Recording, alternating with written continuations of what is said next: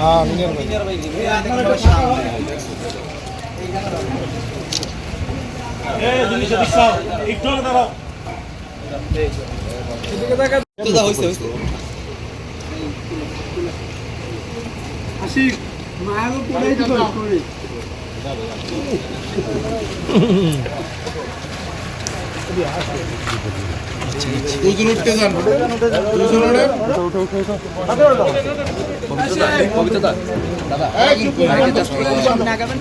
চলে গেছে আর কি, এটা বুঝাবো আমরা।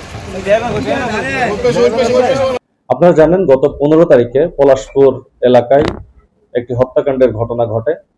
যে হত্যাকাণ্ডটি আমাদের ভিকটিমের নাম বাবু, এবং যাদেরকে আমরা প্রিন্সিপাল সাসপেক্ট মনে করছিলাম বা পরবর্তীতে যেই মামলাটি হয়েছে সেখানে মধু নামে একজনকে 1 নম্বর আসামি করা হয় এবং টোটাল 12 জনকে আসামি করা হয়।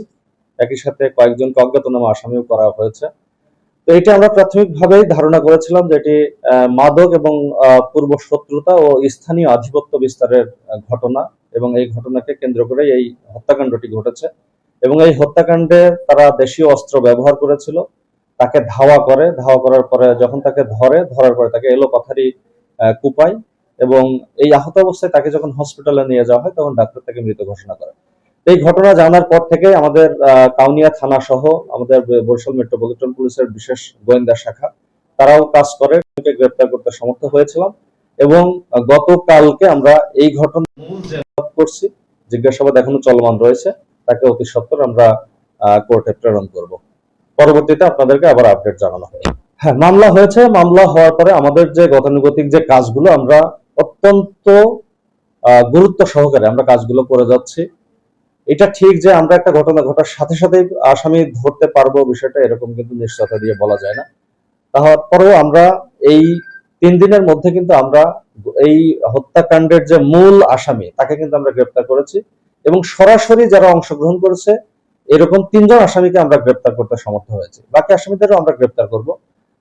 তাদের যে অভিযোগ এটা একেবারে সঠিক না। আমাদের এই মামলার সত্য উদ্ঘাটন এবং আসামি গ্রেপ্তারের ক্ষেত্রে কাউনিয়া থানা সহ বরিশাল মেট্রোপলিটন পুলিশের কোনো ধরনের কোনো গাফিলতি নাই। আমাদের একটি মামলাকে প্রতিষ্ঠিত করতে হলে আসামি গ্রেপ্তারের জন্য যতগুলো টুলস আছে প্রত্যেকটা টুলসকে আমরা শতভাগ কাজে লাগাচ্ছি। আচ্ছা, এটা আমাদের একেবারে রুটিন ওয়ার্ক। আপনারা জানেন যে মাদক বিরোধী অভিযান কিন্তু আমাদের চলমান রয়েছে, এবং আপনারা জেনে খুশি হবেন যে গত 15 তারিখ থেকে ঈদের আগ দিন পর্যন্ত আমাদের মাননীয় কমিশনার স্যার বিশেষ অভিযান ঘোষণা করেছেন, এবং তারই ফলশ্রুতিতে আমরা কিন্তু মাদক বিরোধী অভিযান, তারপরে কিশোর গ্যাং বিরোধী অভিযান, চাঁদাবাজদের বিরুদ্ধে অভিযান, এগুলো আমরা নিয়মিত পরিচালনা করছি, এবং প্রতিদিন আমাদের বেশ কিছু অ্যাচিভমেন্টও আছে।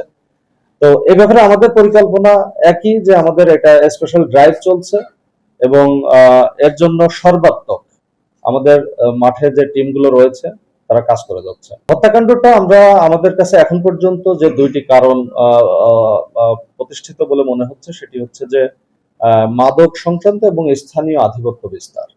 এই 2টাকে কেন্দ্র করেই এই পলাশপুরে তাদের মধ্যে দীর্ঘদিন ধরেই পূর্ব শত্রুতা রয়েছে। তো তারই ফলশ্রুতিতে এখন পর্যন্ত আমাদের কাছে মনে হয়েছে, তবে আরো অনেক কারণ থাকতে পারে, সেগুলো আমরা তদন্তের স্বার্থে এই মুহূর্তে বলতে পারবো না।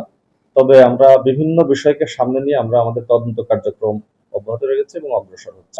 এটা তো আমি আমার বক্তব্যের মধ্যেই বলেছি যে পূর্ব শত্রুতার জের ধরে 15-20 জনের একটি দল দেশীয় অস্ত্র শস্ত্রে সজ্জিত হয়ে তাকে ধাওয়া করে, এবং একটি পর্যায়ে তাকে ধরার পরে তাকে গুরুতর জখম করে কুপায়, পরবর্তীতে হসপিটালে নিয়ে যাওয়ার পরে সে ডাক্তার থেকে মৃত ঘোষণা।